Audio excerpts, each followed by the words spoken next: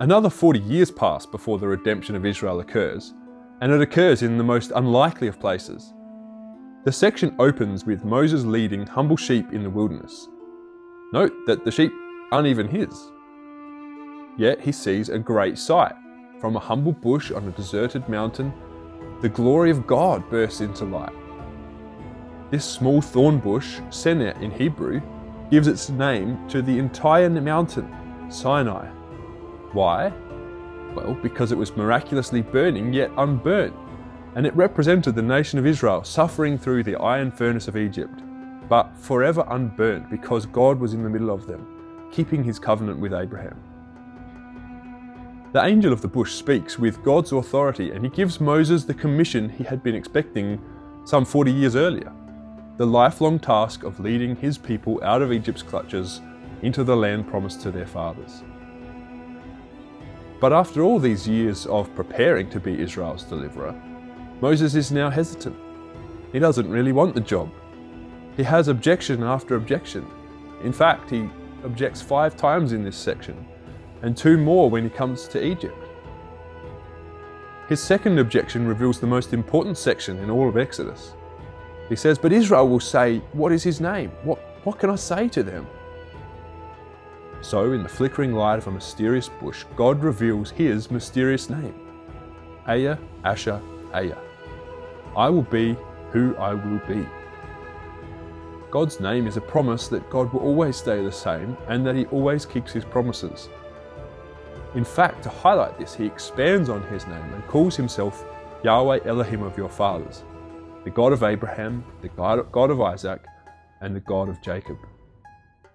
He made a covenant with those men, and he was going to keep it by bringing Israel out, despite Pharaoh's best efforts. When Moses objects that they won't believe him, God grants him unprecedented power that no human has ever wielded before, the power to perform miracles.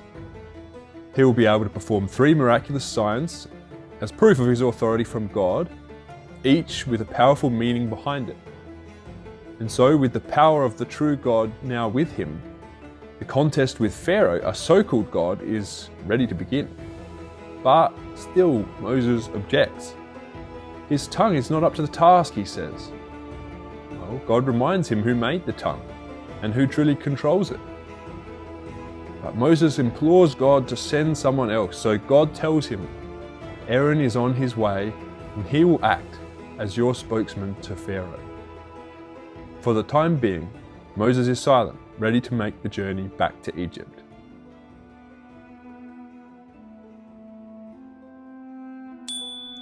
One of the greatest gems in the entire Bible is the name of God. It contains an insight into how God describes himself and captures the most important things we should know about him. Take the time to read the notes about the name of God and see yourself in his name.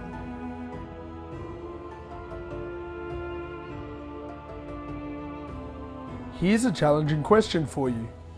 Each of the 3 miracles that God gave in chapter 4 are actually called signs. That means, like a road sign, they're meant to tell you something. What do each of these signs represent? What were they supposed to tell the Israelites who saw them?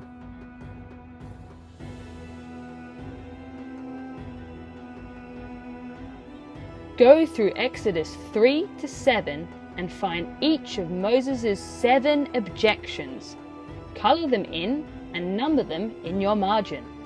You might also like to find God's response to each objections to highlight God's patience in working with our weaknesses. Moses felt inadequate for the great task that God had given him. God has called us all to be part of something far greater than our feeble existence. We're even told that we will be part of his name. Perhaps you'll resist this calling like Moses did, but in the end, God will work with you to achieve his purpose. Take this opportunity to think of any tasks in ecclesial life that God may have prepared for you that you might be resisting. Perhaps it's the task that no one else does, like looking out for and caring for those who need it.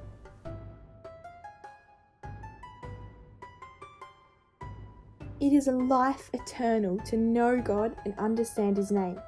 Pray for wisdom and for a closer relationship with God, so that you can understand His name and it becomes something personal for you.